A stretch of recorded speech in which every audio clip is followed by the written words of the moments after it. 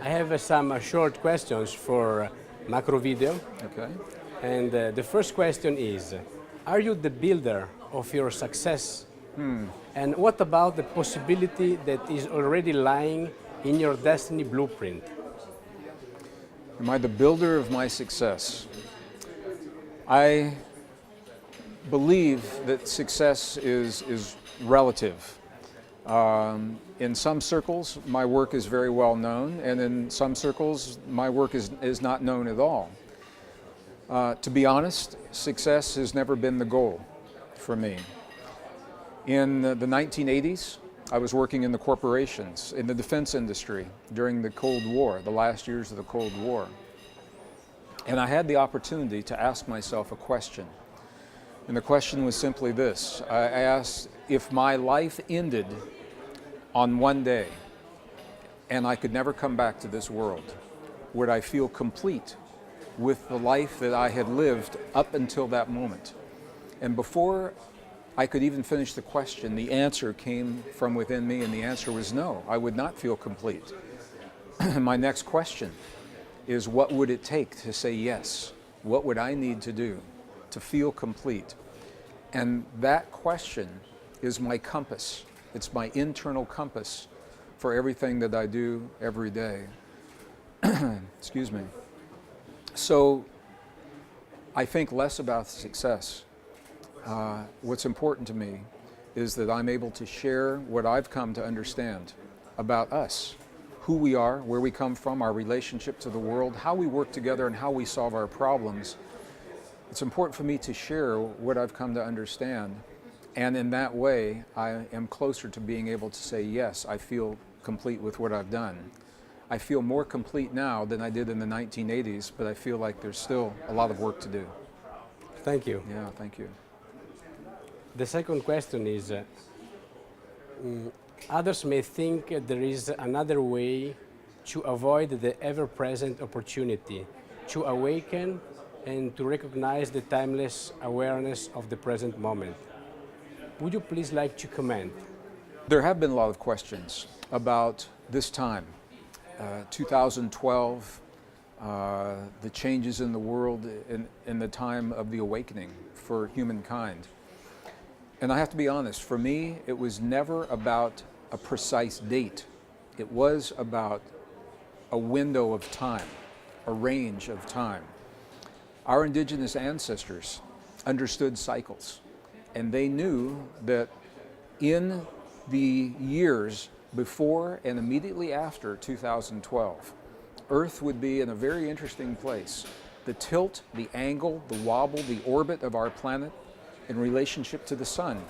They knew it would change the climate as it has many times in the past. They knew it would change the weather. It would change when it rains, when it snows, when the food grows. They knew it would change the way that people treat one another as they deal with those changes in their lives. Our ancestors told us that. And the choice, they said, that we must make is, do we honor the principle of nature that is based on cooperation, or do we fall into the path of the false beliefs in our past that tell us that we must fight one another, that we must fight for the resources, for the food, for the water, for the energy, for the power? We're answering that question today, and I think this is what our ancestors saw would happen in the 2012 window of time. It wasn't so much about one date, but it was a 36-year-long window from 1980 until 2016. And what they said is that you, people of the earth, you will not recognize yourselves, your life, or your world at the end of this cycle. And I think they were right. I think that we are witnessing the greatest emergence, the greatest transformation of this world that we have ever seen in recorded human history. And the good news, Alvise, is that all of the big problems are already solved. We have the solutions. We have the energy. We have the food. We have a form of economic system that works. We have all of the answers. What's missing is the thinking that allows those answers in our lives. And I think that's the great challenge, the crisis in thinking that we're solving now. And I think that's what 2012 is really all about. Now you are taking me out a personal question, because Sure. if the ancient told us and that in this period of time there will be also some climate changes. Yes. How much is the human race the cause of these changes, and how much is it because it's weather just changing, because it's perhaps Sure, the sure. ending of an era? Sure. It's a very delicate question. It is the topic of the program that I'm doing in Italy tonight in 2013. And I'll be honest with the answer, because how can we solve the problem if we're not honest about the problem? What the science shows us, the ice cores show us, is that the Earth warms and cools on a cyclic basis, and we are precisely where we should be in a warming cycle now. The carbon dioxide levels are high, and maybe we want to bring those down. But the science shows us that the carbon dioxide is not the cause of the warming. And here's why I can say that. I'll give you two examples. When we look at the ice cores from Antarctica, for example, for 420,000 years into the history of our past, what we see is that the temperature of the Earth rises first, and then the greenhouse gases rise afterwards. That means the greenhouse gases did not cause the temperature to rise. And the science says there is a lag, L-A-G, a lag time, 400 to 800 years between the time the temperature rises. 400 to 800 years later is when the greenhouse gases rise. When we look into the warming of the past, it is warmer now. There's an above the average warming. And when we look into the past, it has been 3 times as warm in the past as it is right now, but there was no carbon dioxide possible. Science tells us that the climate change is probably driven by our relationship to the sun, the tilt, the angle, the wobble, and the orbit. And this is what I believe our ancestors knew. They lived through the cycles in their time that we're living through now. And the key is that the warming is intense, but it's brief. And if you look at the charts from the ice cores, for example, the warming spikes and it drops. It doesn't last a long time. It's what comes after the warming that is the big problem, and that's the cooling cycle. Because the cooling affects the northern hemisphere, where most of the land mass of the Earth is located, where most of the people of the Earth live, and where most of our food is grown. And when those temperatures drop even a little bit, not a big ice age, just a little bit, a degree and a half Celsius, it changes the weather patterns and when we can grow our food. And our ancestors knew that. The Maya told us about that. The Egyptians told us about that. So it's a very delicate question, and I think what we're learning, Alvise, in all honesty, is that we have 2 problems. We will separate carbon dioxide from warming. Carbon dioxide, if we want to bring those levels down, we'll find new ways to produce the energy with no carbon dioxide. But the warming, I believe, cannot be stopped. So we are best served by adapting and helping people to prepare and change with the warming that is part of a natural cycle, rather than leading people to believe that we can stop it by changing our lives. I think it's not honest to do that. And my question is, how can we solve the problem if we're not honest about the problem? And the science very clearly shows that the 2, carbon dioxide and warming, are happening together, but that carbon dioxide is not necessarily the cause of the warming. There's a belief that all science is in agreement with the theories that are now being shared in the media. And it's not true. There is a petition of over 30,000 scientists globally, high-level scientists in many different disciplines, atmospheric science, climate science, geology, a petition that says they cannot support the current theories of global warming because the data doesn't support it. But we're not hearing about that very much in the news today. So the only reason that I mention this is for this, to successfully deal with the climate change. I think we must be honest with ourselves about the facts and the data. And the facts and the data suggest that we would be better served to adapt to help people adapt to the change rather than leading people to believe that we can stop that change. Thank Wow. you. We'll talk about that in the program. You are an expert in what is called the heart coherence. Would you like to explain to our readers what it's all about and how to produce coherence experience in daily life with no special devices? Sure. And with no simple techniques and Sure. no special exercises? Sure. I was trained as a scientist, and as a scientist, what I've come to understand is that nature is very simple. It is only complex when we make it complex. And one of the most simple relationships is the relationship that we have with the world around us through our hearts. The magnetic field of the earth is the strongest field of the earth that connects all things that we can measure today. We know about that field. What science now is beginning to understand is that the magnetic field of the human heart is much stronger than the magnetic field of the brain. And that when we change the emotions in our heart, we change the way that field functions and how it relates to the earth. And what makes it so interesting is that this is where the science of today and the wisdom of the past come together, because it's the positive emotions of care and gratitude and appreciation, compassion. Those experiences in the heart create what is called the coherence between the heart and the brain that allows the magnetic fields of our hearts to communicate with the world around us in very powerful, very meaningful ways. And here's why that's important. Because when we create the coherence within us as individuals, we create a field beyond us in our families, in our workplace, in our community that supports cooperation. It supports us working together to solve our problems rather than fighting one another to dominate with the problem. And if we were ever going to implement that wisdom in our lives, I can't think of a better time than right now, when science tells us we're facing the greatest crises of 5,000 years of human history. We have a collapsing economic system on the planet. We are dealing with peak oil. We're dealing with climate change. How are we going to solve those problems unless we learn to work together?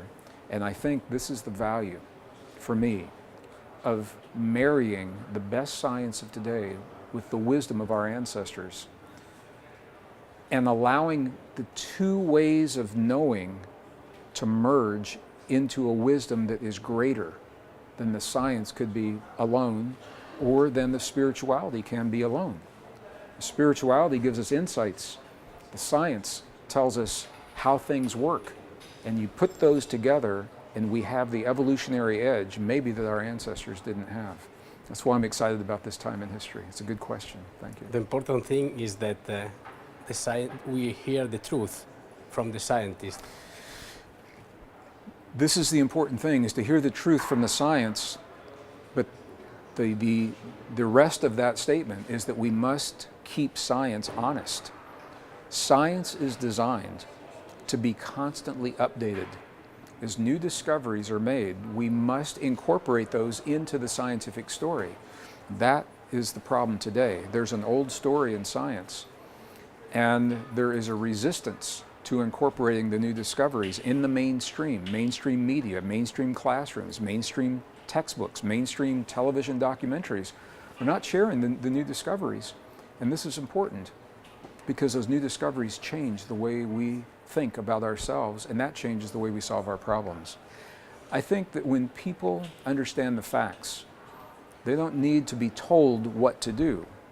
When the facts are clear, the choices are obvious. It's when we don't understand the facts that people say, well, you know, what's going on? What do we do?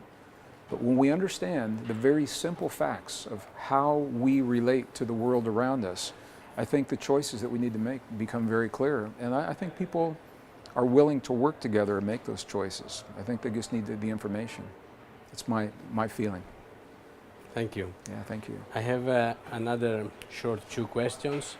One is, according to the Chinese medicine, there are emotions linked with the heart, such as cheerfulness, joy, sorrow, bitterness, and both are equally important for balance. Mm-hmm. The bitter taste is essential to the heart in order to work, and yet we seem to expect to always be in a happy mood.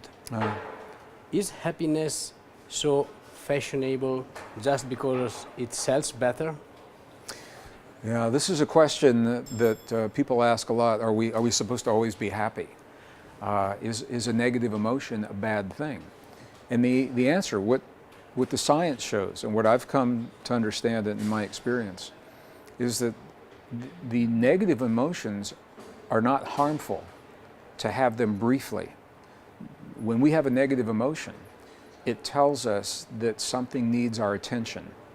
Okay, when we have a fear or a judgment or an anger, whatever is the object tells us that something needs our attention. Where we have problems is if we ignore the signals and it's unresolved fear, unresolved anger, unresolved hate, unresolved jealousy, year after year, decade after decade. That is what tears at the fabric of our families and society, and that's what hurts us physiologically in our bodies. So this is an invitation to our listeners. Please don't be afraid to have the negative emotion, and no one could ever be happy 100% of every single day. But the invitation is, when we are experiencing those emotions, what is the source? What are they telling us? What are they inviting us to do? And that's where our power and our mastery emerges. Our mastery in dealing with the emotions that aren't always happy. Yeah. Thank you. Yeah, that's a good question. Thank you. And now I have the last question. All right. The best? Yes, the best, because it's suggested by our president, so of course it's the best. You also suggested a way to address the current global crisis. Can you please explain what would be, in your opinion, the best way to solve the huge economic problems we are currently experiencing? Sure. The best minds of our time are telling us in very clear terms that we are in fact facing the greatest crises in 5,000 years of human history, and what is called a perfect storm of crises. It is the perfect storm of social crisis, climate crisis, and economies all together, all at the same time. How do we solve that? What do we do with that? This is the question that I ask myself and I ask my colleagues. How can we solve those problems if we are not honest about what the problems are? And this is where I think the science comes in. The science tells us the way we have thought of our relationship to the world in the past, it's not correct. And that's why the systems are breaking. They are unsustainable ways of thinking and living. So the new science is showing us that cooperation is the way to solve the problems and not the competition that we've been led to believe in the past. And this again comes back to the question we ask ourselves every day. It's a crisis in thinking. It's the crisis in thinking. We have the solutions. There are viable forms of economy that already exist, but we must make room for those in our lives. There are viable forms of energy that don't pollute that already exist. We have to make room for those in our lives. There are ways of sharing vital resources, food, water. We have enough food to feed everyone on the planet. That's not the problem. The problem is the thinking that does not make that a priority. So I think the first crisis is the crisis in thinking. And the way that we solve that is by sharing through mainstream media the new discoveries that say we're part of our bodies, we're deeply connected to the earth, we're deeply connected to one another. Civilization is cyclic. We've been here for a very long time. We've lived through these problems in the past. We can learn from our ancestors. And that nature is actually based upon a model of cooperation and what is called mutual aid. And Darwin's ideas of competition simply do not apply to life in general. They may apply to specific places that Darwin saw, but not to life in general. We begin to think along those lines, it changes everything. And it leads us back to that question that we talked about earlier, we spoke of earlier. Rather than asking the question, what can I get from the world that exists? That's the economic system that we have right now. The question is, what can I share? What can I give to the world? Not what can I get, but what can I contribute to make this a better world? And when we think that way, the economy grows. And the interesting thing, Alvisa, is for many people, they think economy is about money. Money plays a part in our economy now, but we could have an economy that had no money. Economy is the fabric that holds the people of the world together. It's what allows us to communicate and share the things that we need every day. And there are communities, there are societies that have no money, but they have a very viable economy that is done through the exchange of resources and of skills and talent. So I think when we begin to think that way, what is it that we can give to create a better world? That changes the way we think of the economy. And the economy is simply a reflection of us and what we believe in our hearts. And this generation is where all of this changes. We're making those choices right now. Yeah. Gregg, I really thank you. And first of all, for your friendship, I feel the privilege and the honor to have your friendship and that you're so disposal and the entire work you are doing for everybody. And I really feel, I don't know if people can feel exactly the energy you are giving away. Beside your words, you are just giving energy around you, and you create some incredible fields around you. Well, I thank you for that. Obviously, it's good for me to hear that today. I want to thank you for all of your work and your vision, your dedication, Macro Edizioni, all of the people that have made this possible. You have become a hub for this part of the world and this family from many different countries that now rely upon you and the work that you all are doing to bring us together. It's more than just entertainment for the weekend. This is an opportunity for family to come together, to learn new skills, and to see new discoveries that help us to deal with what we're seeing in our lives, and then we go and share that with our friends and our families and our community, and you make that possible. So thank you. I'm honored to be here in this beautiful venue on this is March of 2013. So thank you for this program in March of 2013. Thank you, Gregg. Thank you.